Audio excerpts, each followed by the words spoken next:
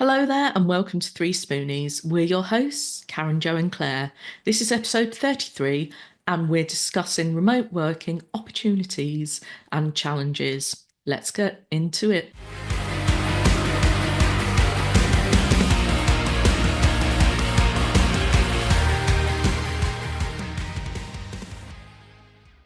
What's holding you back from growing the business you really want? I'm Sheena Wyatt, and inside the Hub, my free launchpad for business success, I help you cut through the faff and finally take action. You'll find simple, powerful resources to help you stop overthinking and start making progress, even on the busiest of days. No jargon, no overwhelm, just smart support when you need it.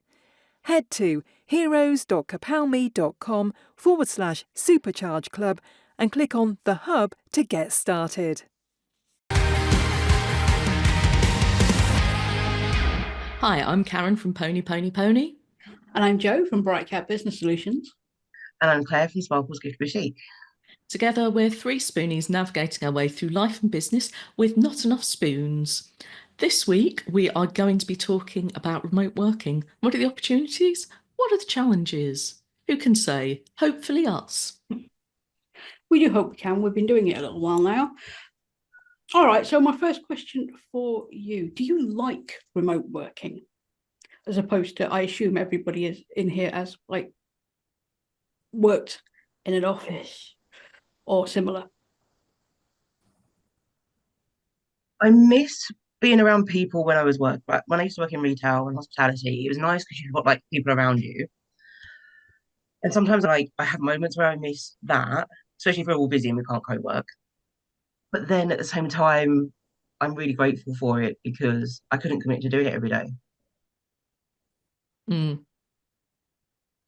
Yeah, I think that's the thing. I think work has changed. Like, we used to have an admin worker who'd come in 2, 3 times a week, do stuff that could have been done at home, and then head back home. And it's kind of nice to have the option not to do that. And while, yeah, the social side was pretty great, it could get enormously over peoply. And I had a line manager who would enormously micromanage. And at one point, it was decided we were underperforming based around some metric that we'd never been told about. And the result of that was he sat behind us in the office for 2 hours on a Wednesday just watching us do stuff. So I don't miss that, if I'm honest. No, Well, I surely that's 2 hours of him wasting his time when he could be doing something a lot more productive. Oh, yeah, but he also introduced stuff like we were based remotely from the head office in various places around the county, and we all used to run at slightly different times and things to suit the area and what worked. And it was insisted that everywhere had to start doing the same time so we could all be micromanaged and observed at all points. And we pointed out it was actually impossible for people to get to ours at the designated time because there weren't any trains or buses that would get you there in time. And that eventually let us off. But yeah, I think a lot of people like come back to the office. It's because we don't trust you rather than there has actually been a drop in productivity or anything else. Yeah, most people are more productive at home. Some people won't because they don't like it. And they need that social side. They need the buzz, the bright lights, the water cooler chat, as it's called. I never liked that bit. I wanted to stick some music on and just get on with it. I like working from home. I did, to start with, I missed the social side of it. But these days I've got you and a few other people. I can co-work, I can talk to people, I can go take a nap. Yeah, I quite like it. Plus, I don't have to leave my house to go to work. That's the nice side. The commute is the worst bit. Yeah, I had some horrendous commutes. Mine was only 45 minutes. It was a tram and a walk up a hill that never got easier in the 6 years I walked there. Don't recommend that at all. I couldn't imagine having to kind of go into somewhere to work from where I am now because it's the bus that runs once an hour if it turns up. I couldn't even commit to being there. I think that's also the thing. Once you're out the habit of doing it, it seems utterly bizarre. And also, depending where you are in the country, like I know people in and around London who are used to what I think of as absolutely ridiculous commutes, and that's just their everyday, and that's what everyone does, and you think nothing of it. But Yeah, like an hour and a half, 2 hours each way. I'd definitely not go back to it. I did an hour and a half each way for 3 months. It nearly killed me. And I was fairly healthy at that point. Yeah, I had an hour and a half each way. It was basically hitting the rush hour and stuff. And they changed start time to be half an hour earlier. And I sort of went, oh my goodness, that's going to be awful. And it actually made it so much better because it was just got us in just before rush hour. And it's, oh, actually, this is tolerable. And meant we left again just before rush hour. And it was like, okay, this isn't quite so bad. But yeah, it's too much of your life, isn't it, really? It is. Like life's too short to be sat traveling any point. Yeah, and I'd always try and make it useful. So like back in the day, I used to have a little, oh gosh, what were they called? A little netbook that I'd take with me. I was like, oh, I'll get some writing done while I'm on the bus. And then after a while, it was like, no, actually, I'm going to chill out for at least part of this journey because otherwise it was just like work stuff, productivity, productivity. And it was like, actually, I probably need a bit of a decompress now, if I'm honest. Yeah, I mean, I always used like commuting or traveling. I used to have a lot of audiobooks on. Most of the time, it's music because A, that's how I deal with too many people. And B, it is my decompression time. It's like, this is my me time. Yeah, I think that's the thing where you're working somewhere, it's kind of difficult to break that. So if you have a decent lunch break, you can at least go out and do something else and come back. But there's often not the same freedom. I mean, I'm hoping workplaces are a bit better about being a bit more flexible and let people take breaks when they can. But I mean, that's not always possible in all jobs, is it really? No, and sometimes as I say, you've got the micromanagers that won't allow it. But yeah, working from home, I said, we know it's got opportunities, it's got times. What is the biggest thing you found, like the best thing you found from working from home? For me, I Terrorized by think. this one. Hmm? Get terrorized by my cat, as you can see from watching. That's definitely a thing, yeah. I mean, for me, it's reaching people you wouldn't have reached otherwise. Like some of my students and clients and people I've worked with either live a long way away or quite remotely. And realistically, I just never would have worked with them. Whereas when geography isn't a consideration, it does open things up massively, I think. I think it does. I mean, I work with people all over the country who I've never met, never mind work with. So thank you, Zoom. I kind of lockdown to thank for that one. There's something good that Yes, came out of it. it is. Or we might all still be using Skype or Teams. No, not Teams. WebEx. Oh, yeah. What about you, Claire? I think for me, it's I can work around how I'm feeling on the day, which I really like. And it's really weird. I struggled with the idea of not having a proper job, as people call it, and working from home. But now, the more I've done it, I could never imagine going back to working for someone else. And it's the freedom to kind of spend more time with Dylan and the family and do things unexpectedly when I want to. Like I take my own day off. I just know I have to plan either side for it if I'm doing something, or I've just got the flexibility to work my work schedule around a little bit. I found it's a lot better. It's a lot more flexible. We do sometimes end up working stupid hours, but You work stupid hours. I do I work, don't. and then I have to pay for that. Yeah, that whole without the guilt. Well, I say without the guilt, there is guilt of I'm not well enough to work today. I'm going to stay in bed. That means I just have to adjust the next week. Mm. Yeah, and I think a bit of a change of focus as well. Like I've seen a lot of jobs being advertised when instead of being hours based, it's more task based.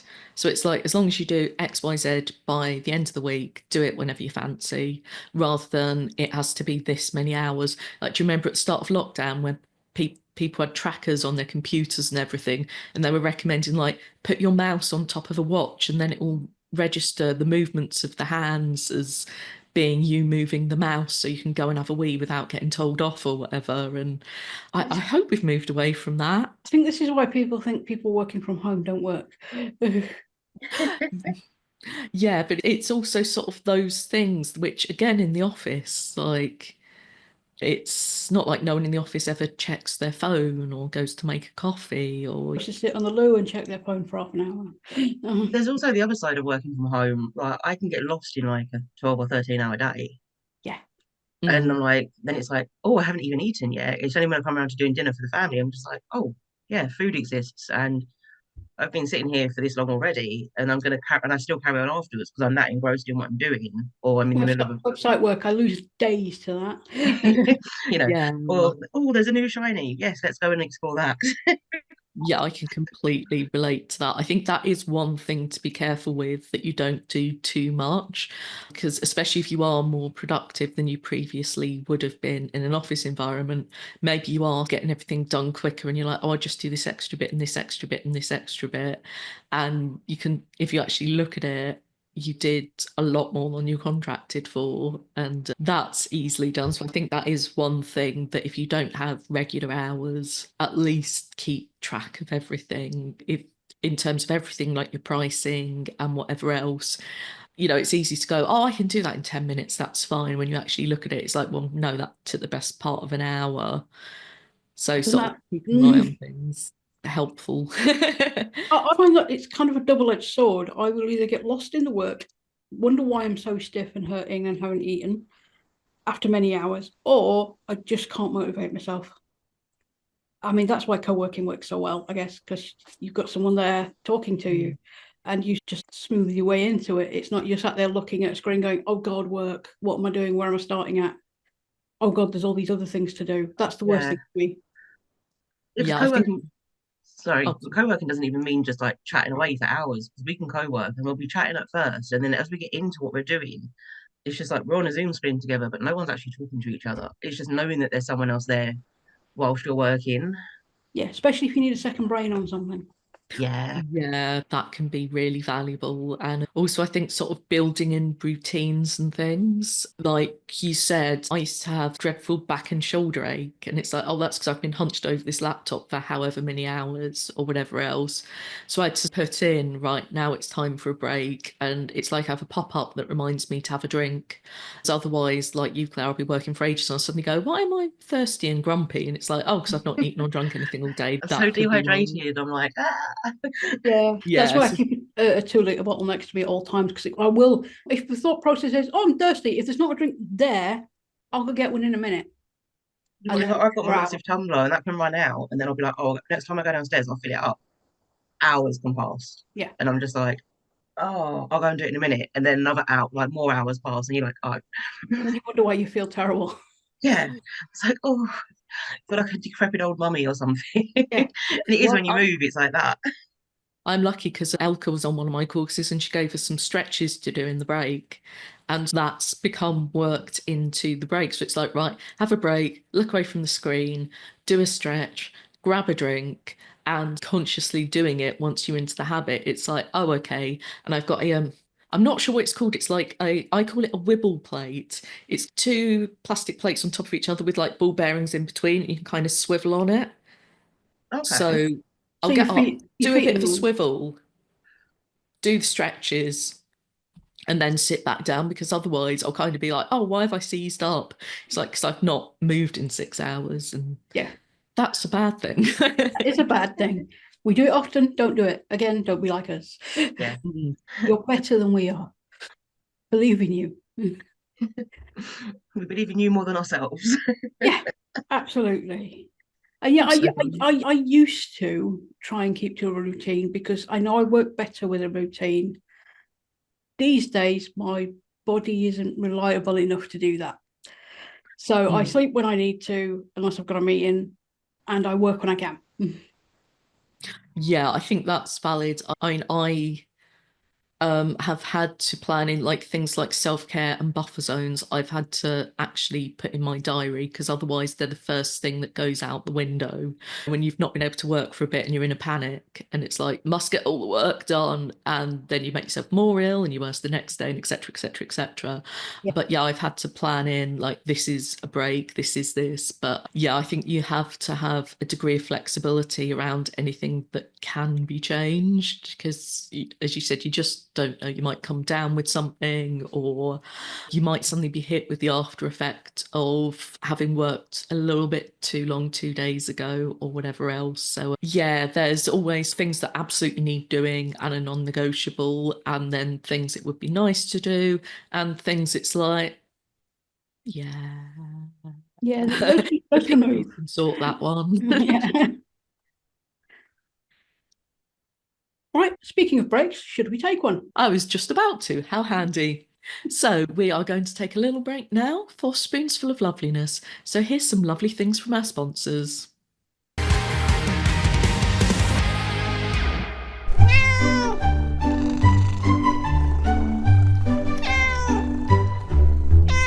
couldn't help but feel a sense of excitement in the air. Octavian bustled about giving instructions on what needed to be packed up and loaded onto the toboggans.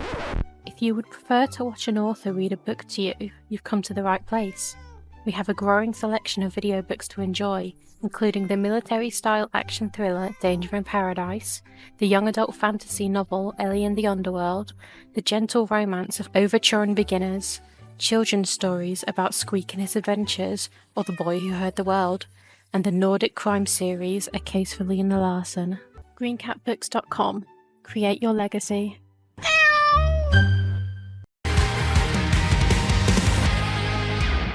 At Whatmore & Co Accounting, we provide accessible first accounting, helping without jargon or judgment.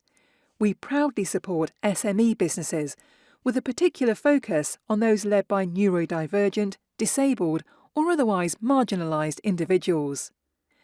Our clients trust us to deliver clarity, consistency and compassion in every service, from end-of-year accounts to tax planning and bookkeeping. As one client shared, Lawrence made it painless. They get it. No need to explain. Schedule your free consultation today on our website. Visit whatmoreandco.com today. Whatmore & Co. Accounting that understands your business and your needs. Welcome back. We are talking all things remote work, including the good stuff and the bad. Because we know there's both, even though we love it or have no choice. Either way. So, what is your biggest challenge working remotely other than the internet dropping out? Yeah, that's the thing. Is a thing. 10 days to reinstall the internet. 10 days! That was crazy. Yeah, I had two of us running Zoom meetings off one mobile contract at one point. It was not ideal. No. Mine's not dropped out, touch wood, yet, but it constantly tells me that my connection is unstable. Yeah, I'm unstable. Well, I was earlier. And I'm just like, stop telling me how unstable I am. I know this.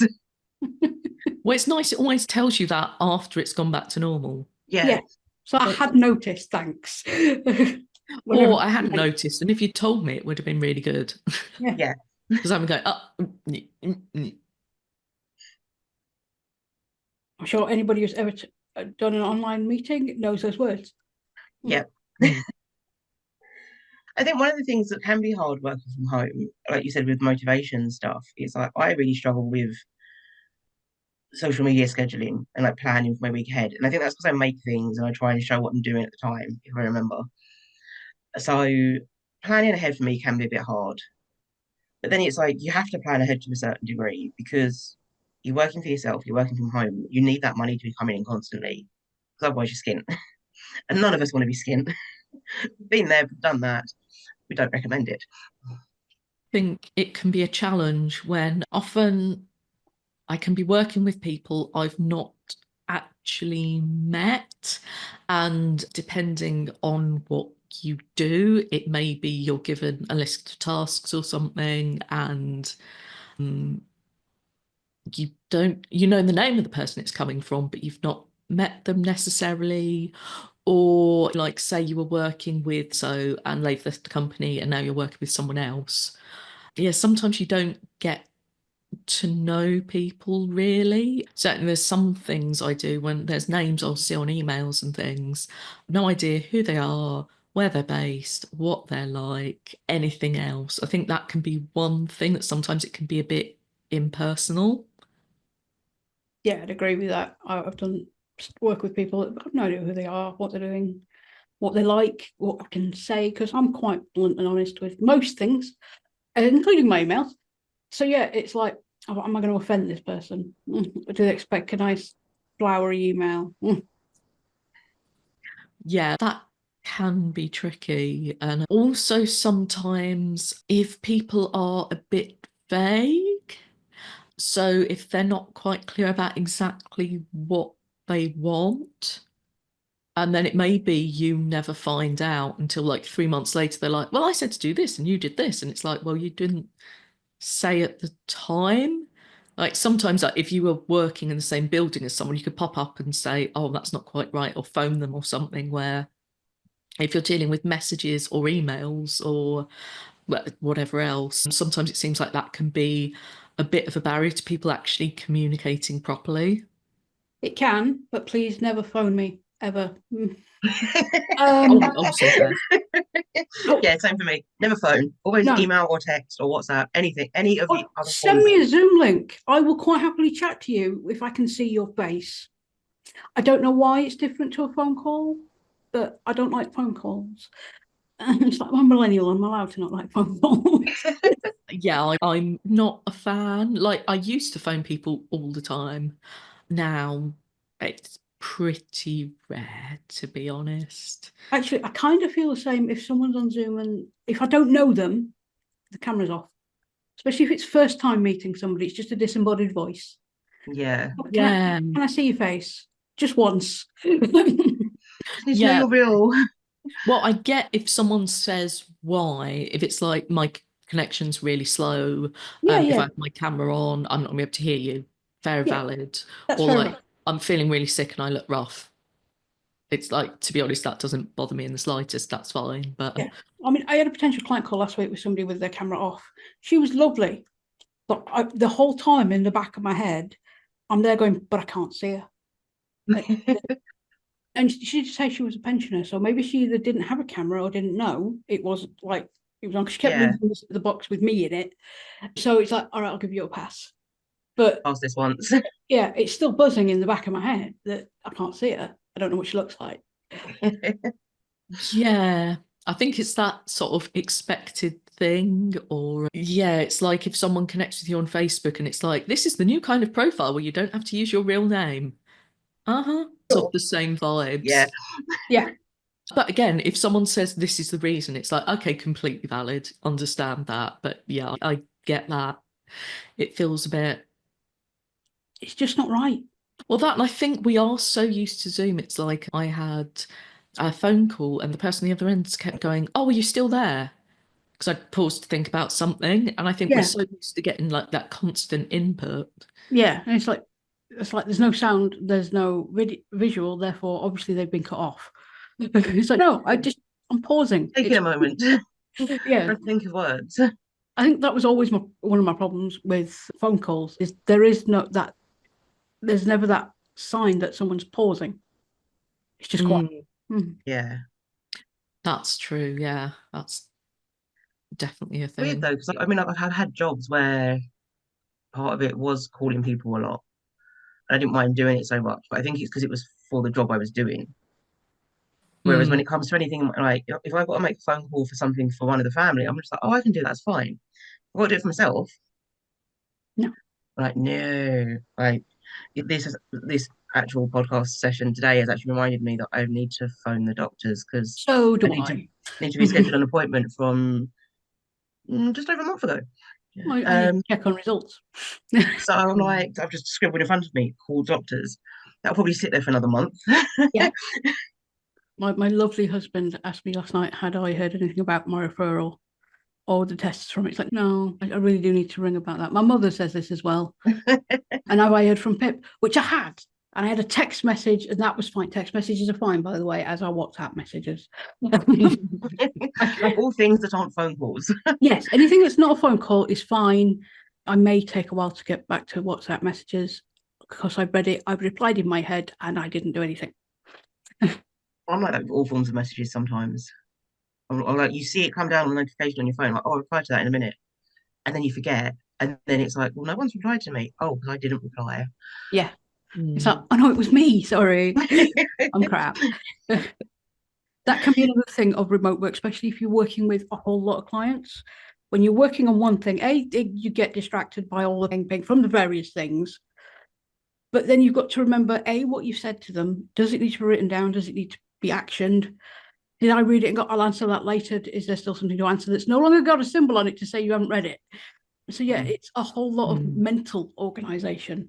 Whereas if you're working in an office, in a job, whatever's in front of you, whatever's on your task list, that's usually it. And someone might come talk to you, at which point you're probably writing it down. There's not 3-4 different people vying for your attention. Yeah. I had that as a week last week, and the week before. I think it's also, it makes things like induction and onboarding so much more valuable because there's not that opportunity to just nip next door and ask a quick question. And people can feel like, oh, I've gone past the induction, I can't ask questions now. And it's like, no, you absolutely can, but those avenues have to be open. And yeah, I think there's lots more things to consider. I think I've seen some companies where they've just transferred, like they recorded a training session, for instance, and they're like, I'll watch the video. It's like, well, but there's no opportunity for me to ask a question to this video and things But if like you're sending that. someone just to watch a video, it's never going to happen. No, they're not watching that video. And if they are watching that video, then they can't ask a question. Unless they like message you directly. You might not even remember what's on that video. It could be years old. Yeah, that and bad training. Often people won't realise their training isn't great and hasn't been well received because people often won't be honest in feedback unless the questions are specific enough. But I've had some training that was absolutely dreadful. And there's one that basically required you to basically go through the equivalent of like a massive handbook and find very specific information, like who works on the phones on a Tuesday, and you need to go through the phone section and look through it and find out it was Katie or whatever. And it's like, yes, that's shown I'm capable of finding information, but that's not really a good way to test understanding or anything. And it's a good way to build up quite a lot of resentment. Which you don't want for people that are working with you or for you. That's why people learn things differently. So there might be something in the way that you're describing it that they don't fully get, but they don't know how to ask you after watching it because you're not going to remember to take notes. Well, I wouldn't. No, I wouldn't. And then by the time I watched it, I'll be like, well, what was I not sure about? All of it. Because now I feel overwhelmed. Yeah, and at that point you ain't asking a question either because No. you're overwhelmed. Okay, do we have any tips for people working from home and remotely, especially if they've only started, whether it's their own business or they're employed? Don't beat yourself up if you kind of have a plan of how you want to work and it doesn't run to that plan. I've changed my work styles so many times. I've tried to kind of be like, I'm only working between these hours or on these days. It doesn't work for me. I've got a bit more. No, that's a lie. I don't have a routine. I just I try and take weekends off a bit now. Still end up working on weekends a little bit, but it's just working. You find what works for you, and don't feel bad about finding it if it takes a few times of getting it wrong for it to be right. That is good advice. Take that advice, not what we do. What about you, Karen? For me, I think it's prioritizing. Like I'll have a big to-do list, but I'll have the things I actually really need to get done during a day. And anything else I get done, it's kind of like, yay, that's a bonus. But keep looking at your priorities, keep looking at how much time it's taking. Is it worth it? Could you cut down on it? Could you rearrange things? And also, is this still what you want to be doing? Are there things you enjoy more? Are there things you'd be better off outsourcing?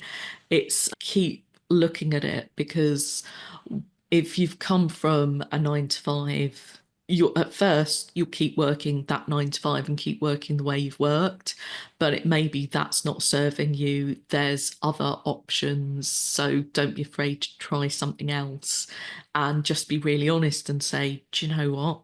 I'd be much better if I had a nap in the afternoon or something, or I don't do well in the mornings, or I don't do well in the evenings. Adjust it and change it and keep adjusting and changing until at least most of it's working. Yeah, absolutely. I would add to that, be realistic on how much you can do. Because I've seen my list on a Monday that's got 17 things on it, and 5 of them are huge. And I'm still working on that list on Friday. I've not even got to the rest. But I can get all this done. It will only take such and such time, and it won't. Or you'll have a bunch of meetings in that may use all your brain up for the day. And then you can't realistically then get the big pieces of whatever you're doing done. So yeah, and it's okay to change things around during the week as and when you need to.